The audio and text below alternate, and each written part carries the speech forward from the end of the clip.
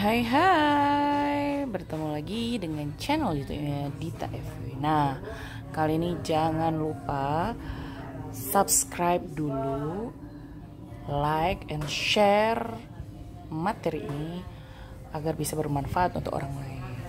Subscribe itu gratis loh, jadi nggak perlu takut kalau hanya untuk subscribe. Oke, materi kita hari ini adalah perencanaan dan persiapan kehamilan. Jadi buat teman-teman, sahabat-sahabat bidan yang sedang merencanakan kehamilan, boleh cek di sini. Yang pertama akan kita bahas adalah mengenai perencanaan kehamilan. Nah, persiapan sebelum kehamilan atau perawatan prakonsepsi adalah istilah luas yang mengacu pada proses identifikasi berbagai resiko, seperti resiko sosial, perilaku, lingkungan, dan biomedis terhadap kesuburan dan hasil kehamilan seseorang. Tujuannya untuk mengurangi resiko ini bila mungkin ya melalui pendidikan, konseling, intervensi yang tepat sebelum kehamilan. Jadi perlunya ada pengecekan sebelum kita memang benar-benar hamil untuk menghindari resiko-resiko atau intervensi yang nantinya akan terjadi. Oke? Nah, di sini kita bisa lihat perkembangan fetus sampai dengan maksudnya periode embrio sampai dengan fetalnya. Di sini ada usia kehamilan dari 1 sampai dengan 36 minggu. Jadi intervensinya prakonsepsi lebih penting daripada intervensi prenatal. Kenapa? Untuk mencegah anomali kongenital. Karena sebanyak 30% ibu hamil baru memeriksakan kehamilannya pada trimester kedua atau di atas 13 minggu setelah periode orgogenesis utama. Jadi bisa dilihat ya pada tabel di atas itu usia-usia 3 minggu, apa yang terbentuk jantungnya, di usia 4 minggu mata dan jantung mulai terbentuk, tungkai, lalu telinga. Jadi setiap perkembangan itu berdasarkan usia kehamilannya akan terbentuk. Nah, lebih baik ketika di awal kehamilan itu langsung diperiksakan agar menghindari kelainan kongenital. Lalu akan muncul pertanyaan, kapan sih sebenarnya idealnya melakukan pemeriksaan? Nah, idealnya pasien, suami, dan dokter atau petugas kesehatan lainnya merencanakan program kesehatan reproduksi dan mempersiapkannya dengan baik sesuai dengan kebutuhan atau keadaan masing-masing individu. Ibu yang ingin hamil harus dievaluasi kesehatan alat reproduksinya serta pendukung-pendukung lainnya. Sedangkan ibu yang belum ingin hamil tetap harus dijaga kesehatan reproduksinya dan ditawari dengan metode keluarga berencana yang sesuai dengan kebutuhan pasien. Oke? Adapun tujuan pelayanan prakehamilan ini dilakukan itu yang pertama untuk mengidentifikasi potensi resiko untuk ibu, janin, dan kehamilan.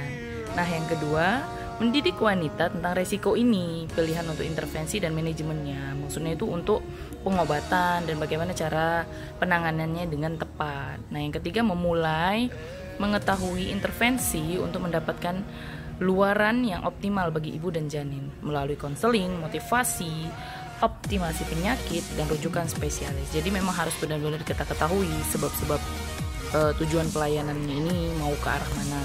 Jika memang sudah terjadi resiko dan bagaimana penanganannya, lalu optimasi rujukannya serta dokternya bahkan harus kita ketahui mau yang seperti apa yang sesuai dengan kebutuhan ibu dan janin. Penilaian resiko itu perlu dilakukan. Kenapa? Agar kita bisa mendapatkan riwayat kesehatan reproduksi secara menyeluruh. Lalu apa saja pertanyaan-pertanyaan yang tercakup di dalamnya? Ada beberapa poin yang harus ditanyakan, seperti usia ibu, riwayat pekerjaannya, riwayat umum, riwayat ginekologis, riwayat obstetri buruk, imunisasi yang pernah didapat, serta penyakit keturunan, penyakit kronis yang pernah atau sedang diderita pada saat ini, lalu obat-obatan yang pernah dikonsumsi atau yang sedang dikonsumsi saat ini.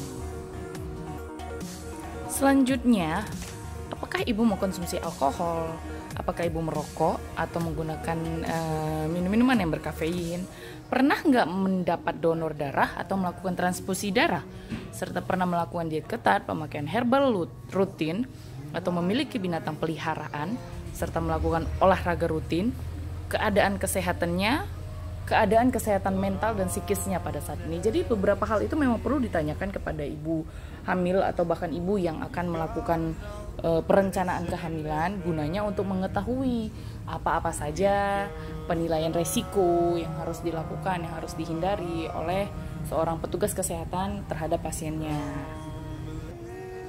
Nah, yang selanjutnya akan kita bahas adalah mengenai intervensi.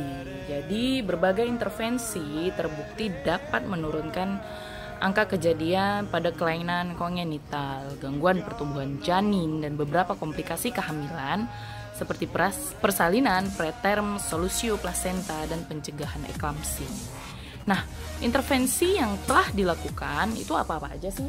Lalu gimana sih cara melakukannya? Yang pertama itu ada pemberian suplementasi asam folat.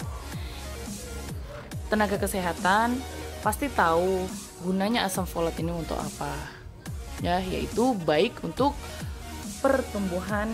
perkembangan otak janin untuk di awal-awal kehamilan. Nah, yang kedua, penilaian medis mengenai obat-obatan yang dikonsumsi. Jadi dokter di sini menilai obat-obatan apa yang perlu dan tidak perlu digunakan oleh ibu hamil. Kontrol gula atau kontrol glikemik pada ibu hamil dengan yang memiliki penyakit diabetes. Jadi harus selalu dikontrol agar tidak terlalu naik atau gulanya. Nah, yang keempat itu menghentikan merokok jika ibu memang merokok, meminum minuman alkohol atau obat-obatan terlarang. Yang kelima, harus pemberian vaksin, menurunkan berat badan sesuai dengan indeks massa tubuh, perubahan perilaku. Perubahan perilaku ini yang dimaksud adalah lebih kepada hidup bersih dan sehat serta menjaga pola makan dengan baik. Nah, yang selanjutnya itu ada kontrol hipertensi. Jadi, untuk tekanan darah ibu harus selalu dikontrol ya, agar tidaknya terjadi preeklamsi atau bahkan sampai dengan nanti eklamsi atau bahkan hipertensi dengan kehamilan itu sendiri yang akan nanti berbahaya pada janin dan ibunya. Selanjutnya, ibu yang mengidap asma harus dibawa kontrol sebelum hamil karena harus selalu diawasi oleh ke dokter ya jika memang ada riwayat-riwayat penyakit. Sedangkan pemantauan penyakit tiroid juga harus selalu dipantau. Wanita dengan riwayat kejang atau epilepsi juga harus menerima informasi yang jelas terkait risiko pada kehamilannya atas penyakit yang dideritanya, penyakit jiwa ataupun masalah psikososial lainnya. Jadi memang intervensi ini itu lebih memudahkan ibu dalam mengetahui permasalahan-permasalahan yang tengah dihadapi dan bisa melakukan penanganan dengan baik dan benar sesuai dengan kebutuhannya. Nah, jika terlambat datang setelah usia kehamilan lebih tinggi dari 13 minggu, itu akan lebih beresiko. Kenapa? Karena sudah terbentuk organ-organ janin yang pada saat seharusnya ia membutuhkan nutrisi, gizi, dan suplemen agar berkembang dengan baik, tetapi dia tidak mendapatkannya di waktu-waktu yang sebenarnya dan sesungguhnya. Jadi ketika ingin merencanakan kehamilan, sudah kita harus tahu tanggal berapa ovulasi terjadi dan pembuatannya ataupun koitusnya itu di tanggal berapa. Jadi sehingga bisa dipastikan untuk HPHT-nya diketahui oleh ibu dengan baik. Nah, langsung pemantauan pada saat kehamilan. Oke? Itu tadi pembahasan materi tentang perencanaan dan persiapan kehamilan. Selanjutnya sampai dengan bertemu lagi untuk materi-materi yang inspiratif dan edukatif lainnya. Tetap selalu dukung channel Dita FW agar mendapatkan informasi mengenai ilmu kebidanan dan kesehatan. Bila ada salah kata saya mohon maaf. Wabillahi taufiq wal hidayah. Wassalamualaikum warahmatullahi wabarakatuh.